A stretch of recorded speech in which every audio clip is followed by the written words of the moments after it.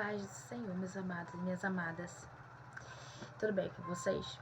Hoje eu vim trazer uma palavra para o coração de vocês, falando a seguinte mensagem: tenha a sua mente em Cristo. Nós, por vezes, não nos damos conta, mas passamos por muitas provações e muitas batalhas na mente. Mas a palavra de Deus vai nos dizer como nós vencemos isto.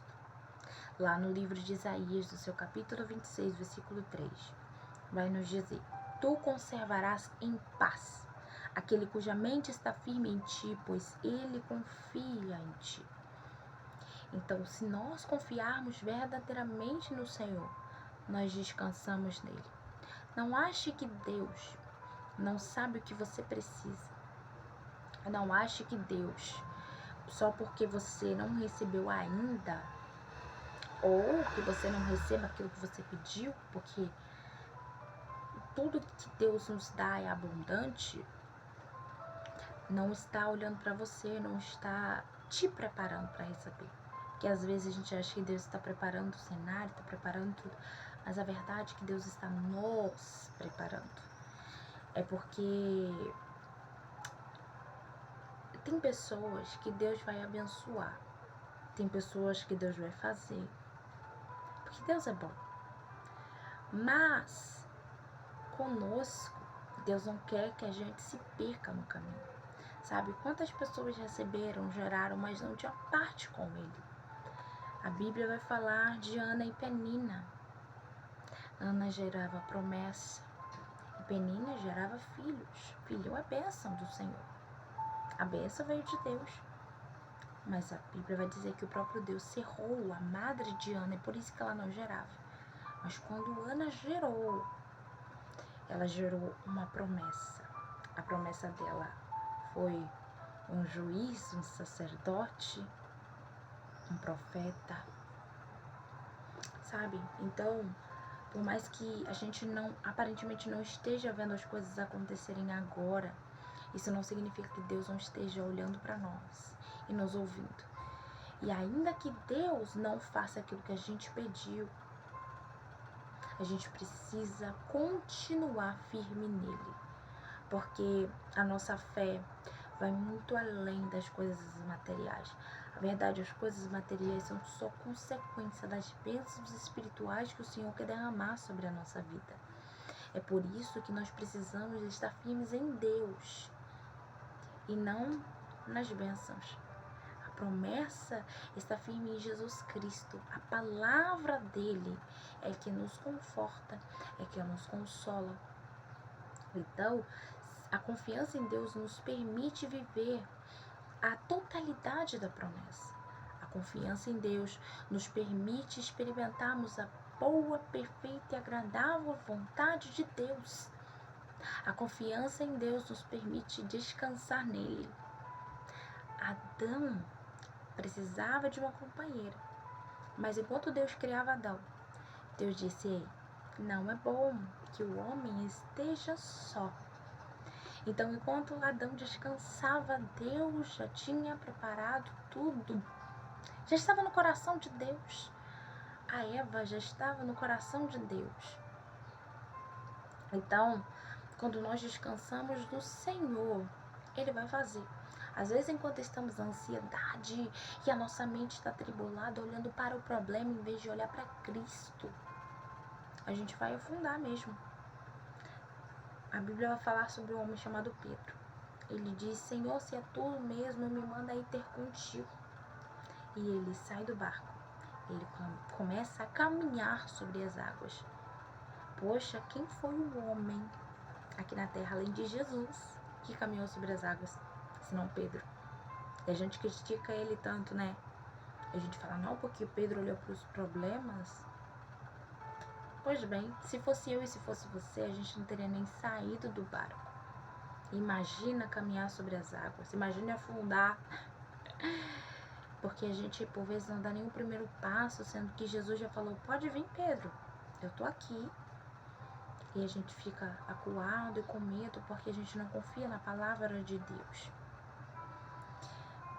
Jeremias, lá no livro de Lamentações, capítulo 3, versículo 21, vai dizer: disto me recordarei no meu coração, por isso tenho esperança. Ou seja, ele preferiu recordar a fidelidade de Deus no momento de calamidade, no momento difícil. Jeremias preferiu manter a sua confiança no Senhor, porque por vezes nós achamos que por sermos filhos de Deus não vamos ter adversidades. Por sermos filhos de Deus vamos ser intocáveis, e não é bem assim que as coisas acontecem. Porque Daniel, ele não foi privado de ser lançado na cova. Ananias, Misael e Azarias não foi privado de ser lançado na fornalha de fogo. Davi não foi privado de passar por muitas tentações e muitas provações. Mas em tudo nós temos que ser aprovados porque nós confiamos no Senhor. Se Daniel não confiasse no Senhor, o que seria dele? Se aqueles meninos, os amigos de Daniel, que a gente conhece como Sadraque, Mesaque e Abednego, não tivesse confiado no Senhor, ele vai dizer assim: nós sabemos que Deus tem poder para nos livrar, mas ainda que, ou seja, ele tinha confiança na prova, ele tinha confiança na bonança, assim como Jó olhava e falava: os bens que eu tenho veio do Senhor, mas agora que ele perdeu todas as coisas materiais, verdadeiramente se expôs a confiança dele em Deus. Será que verdadeiramente estamos confiando ou estamos apenas olhando para a situação que nos está favorável e a gente diz: não, eu confio. Mas se todas as coisas que você tivesse hoje se perdesse, será que você continuaria sendo íntegro? Será que você continuaria sendo fiel? Será que você se recordaria dos tempos de bonança e preferiria, como Jeremias falou, disto me recordareis e por isso eu tenho esperança? Será que a sua esperança, será que a minha esperança verdadeiramente está em Cristo? Será que verdadeiramente a gente confia em Deus? Não andeis ansiosos por coisa alguma, pelo que é vez de comer, de vestir, porque a vida é maior do que o mantimento. Só o fato de você estar vivo, você pode conquistar todas essas coisas, porque Deus é contigo. Então ele vai falar também, né, que as nossas petições em tudo seja conhecida por Deus. Se você ainda não alcançou aquilo que você almeja, talvez Deus esteja te preparando ainda. Talvez você ainda não entendeu o propósito e é por isso que você ainda está nesse ciclo. Quando você verdadeiramente entender, ou quando for o tempo de Deus, a Bíblia vai dizer, Deus fala assim: quando chegar o meu tempo, eu, o Senhor, farei acontecer. E se a Bíblia vai dizer que operando Deus, quem impedirá? Então, o que nós estamos temendo? É hora de colocar nossa fé em ação, porque sem fé é impossível agradar a Deus. Filipenses 4, versículo 8 vai dizer: tudo que é verdadeiro, amável, honesto, puro, de boa fama, se há alguma virtude, nisto pensais. Você quer ser negativo, você quer trazer todas as coisas que Deus ainda não te atendeu, ou tudo aquilo que você ainda queria conquistar e não conquistou, e você quer ter uma mente em Cristo, e você quer coisas positivas sobre a tua vida, e você quer o favor de Deus, sendo que você é negativo, sendo que você murmura o tempo inteiro, demonstra com as suas atitudes que você não crê, mas com a sua palavra você diz assim: eu creio, sendo que Deus conhece o teu coração e o meu coração. É com as nossas atitudes que a gente demonstra a Deus que a gente crê. É no momento que a gente sabe, descansa verdadeiramente no Senhor. Ele se manifesta para nós, ele nos dá aquilo. É no momento em que a gente entende o porquê. Às vezes a gente está passando por aquele momento, é nesse momento que Deus nos tira dessa prova e nos faz verdadeiramente assentar entre príncipes e princesas. E para finalizar, Colossenses 3, versículo 1 e 2 vai dizer: portanto, se vós já ressuscitastes com Cristo, ou seja, morreu para o mundo, está vivendo para Deus, morreu para o pecado, está vivendo para Deus, Buscai as coisas que são de cima. E isso me remete quando Jesus vai dizer: buscai primeiro o reino de Deus. Todas essas coisas vos serão acrescentadas. Ou seja, tudo que nós temos de material é consequência do que nós plantamos no espiritual, isso mesmo. Então, tudo que nós obtemos é por conta de... Já imaginou que tudo que você tem hoje é fruto de alguma oração de alguém, ou até sua? Então, ele vai dizer aqui, ao pensar nas coisas que são de cima, não as que são da terra. Porque nós não somos daqui. Tem alguns pastores, né, alguns pregadores que até dizem assim: eu sou ET, eu sou extraterrestre, porque eu não sou dessa terra. Nós estamos peregrinando por aqui por um tempo. Então, que a nossa confiança não venha estar no carro que a gente obteve. Que a nossa confiança não venha estar numa casa que a gente obteve, ou numa casa que a gente quer obter. Porque muitas pessoas Deus pode até dar. Mas do que adianta ganhar o mundo inteiro e perder a tua alma? Talvez se Deus te der agora o que você está pedindo, você se desvie. Mas a partir do momento que verdadeiramente a sua confiança estiver em Deus e não naquilo material, talvez Deus te conceda aquilo que você tanto quer.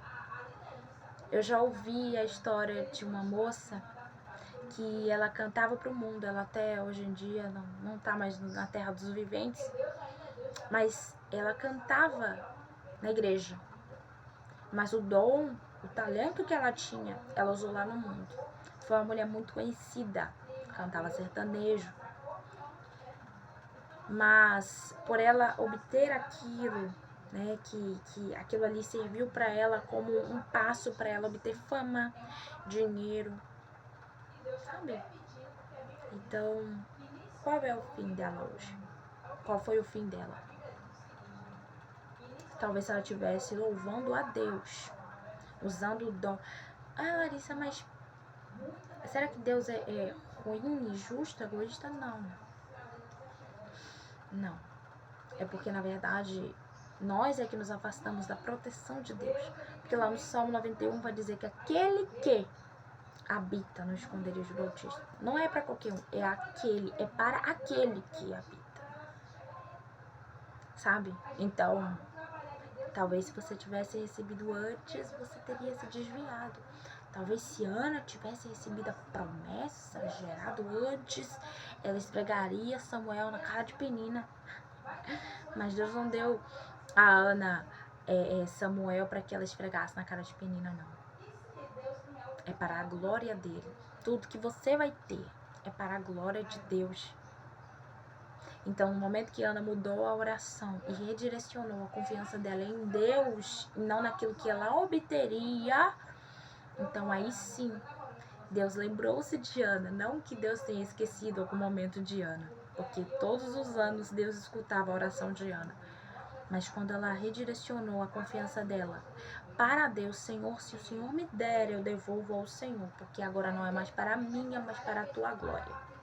Ela entendeu. Por que será que eu não estou gerando? Por quê?